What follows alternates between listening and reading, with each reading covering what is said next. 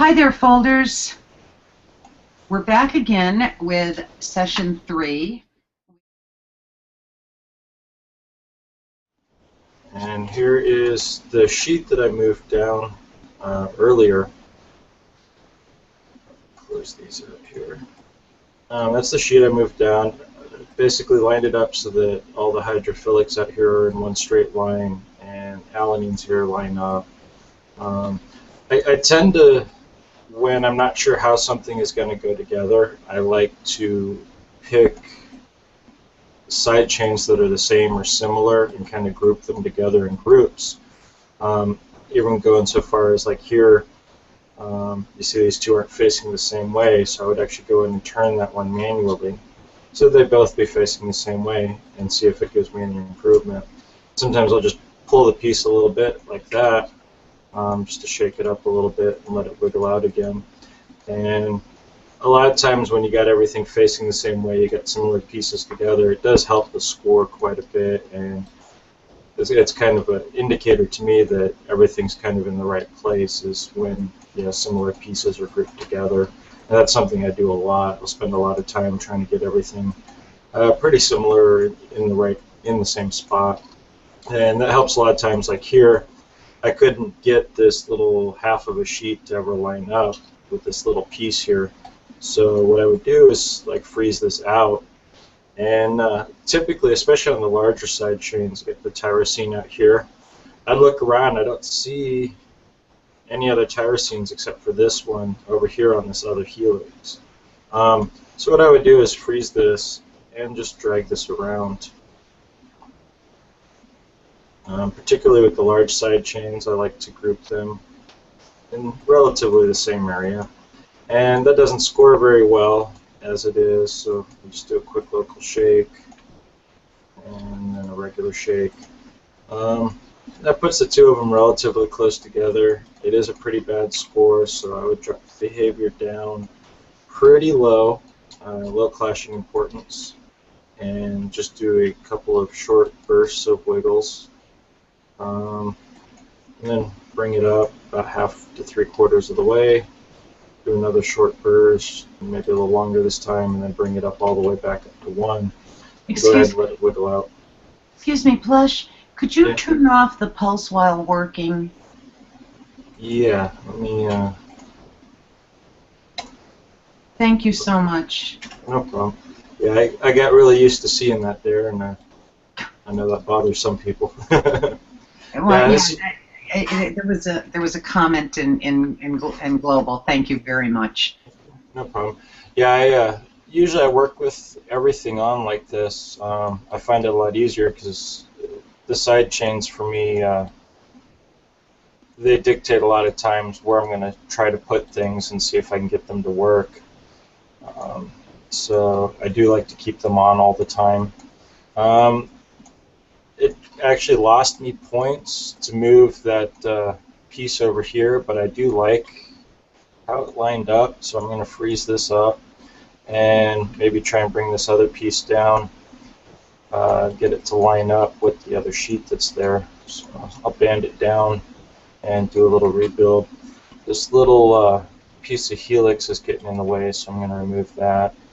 Just keeping it from bending properly.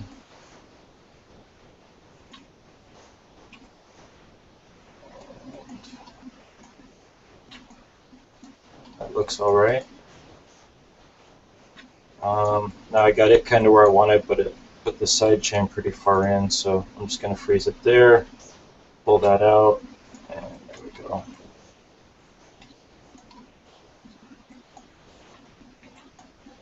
And the score is not too low, so I'll just shake it. Get a clashing importance of 1, keep it there. Just do a couple of short bursts, do like a 1/2 second shake. As it starts to pull away, stop it, and then start shaking again, and it'll pull back together. And it was at about 8,900. I don't think this is going to give any improvement, but at this point I'm really not too concerned about score. It's more of getting things to a position where I like the way they look, and then I'll go in and start individually doing the rebuilds and clearing up the spaces after I'm done with that. The next thing I'd probably look at here even a couple hundred points lower, I would just move on to the next section. That would be the end of this helix right here, pretty brown, and so is the loop on it. So I'd go ahead and come in here, rebuild that a little bit.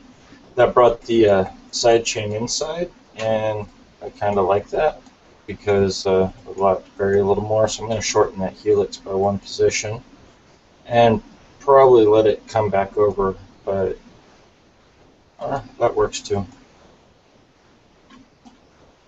I know a lot of times people say, you know, they like things to look a certain way. They like to see that blue apart. So I'm going to go ahead and drop the clashing importance very low. Wiggle again. Bring it up again. And this time it'll wiggle out without blowing to pieces. A lot of times people say, you know, they like to look at it and say they want to get it to look a certain way. I know that's hard for a lot of new players. Like, what do you want it to look like? Yeah, after doing this for a while, you start to notice patterns in the way that things look. You'll see the same types of bends and, you know, shapes, especially in the loops, you know, between the helix and the sheet here. You'll see like trends kind of, and they will tend to fall within one of several trends, and you kind of just get a feel for, yeah, that's something that, you know, works quite often. And when you see something that looks like it might work, you just kind of run with it. It's not that you're looking for, okay, I'm going to start this and make this bend exactly the way that it's bent now. You just kind of look for a way for it to bend where the hydrophobics are in and the hydrophilics are out, and something that looks good, you know, based on what you've seen in the past. There's not really, I don't go in and say, okay, I'm going to have this one bent to the left and this one up or down or right or something. It's just let it rebuild until you see something that looks good. And generally that has nothing to do with the actual score. You just pick something that looks good and then maybe later go on and rebuild smaller pieces of it to help raise the score. And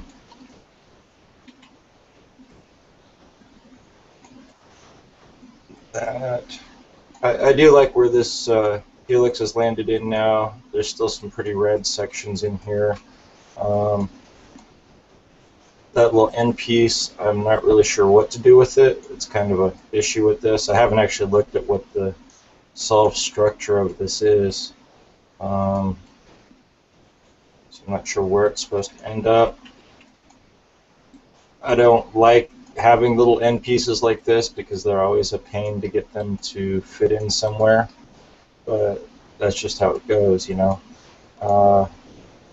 I do like having these together up here. The other option would be find some way maybe to wrap it around and bring it over in here. And I might actually try both if I wasn't under the gun here and looking at time. I would actually probably freeze this out, bring this around, and try a different solution. Bringing this up and around, freezing it here, dropping it down, and maybe trying these pieces in here. Yeah, there's a lot of possibilities, and it is kind of hard to keep it short with, you know, trying all the different possibilities.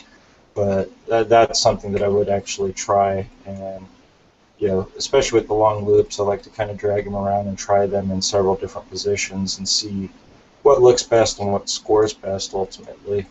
There's a lot of different ways to try it. I tend to think of folding as, you know, it's real easy when you do it on the screen. You see everything go kind of smooth and slow, but in reality, you know, it happens extremely, extremely fast, and it's very chaotic.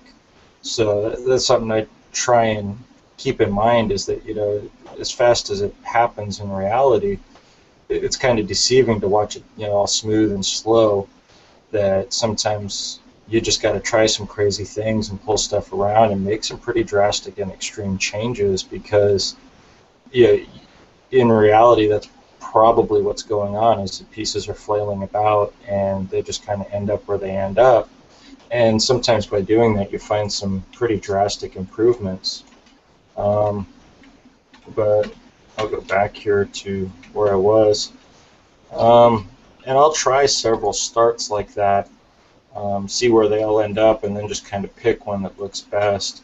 But overall, this is fairly stable now. It's basically just going in. I've gotten most of the red sections out, except for the ones that I was just working with. And I would continue progressing from there, rebuilding small sections and moving stuff around and trying new things. And that'd be about it. Well, thank you very much, Pletsch, and I have to tell you how much you just warmed my heart by pulling that thing over, because as I've been watching all of you do this, I'm going, okay, I've got this big long loop that goes around, and I've got that out on the other side, and I've been saying, okay, I can see where my score is going for this. So, but that gives me hope, which is wonderful.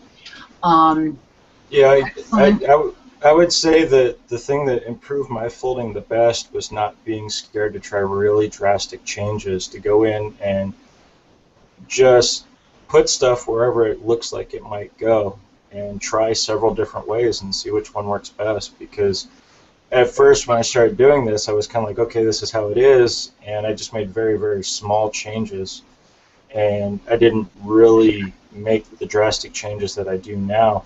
It's a lot easier with the denovo solutions, because you start with nothing and it can be anything. But even with the other puzzles that we get, except for maybe the refinement puzzles, I'll go in and move stuff around like that quite a bit, and make some pretty drastic changes in order to just see how different things fit in. And even if it's not a better score, if it just looks better, I'll spend sometimes a couple hours cleaning it up and working on it.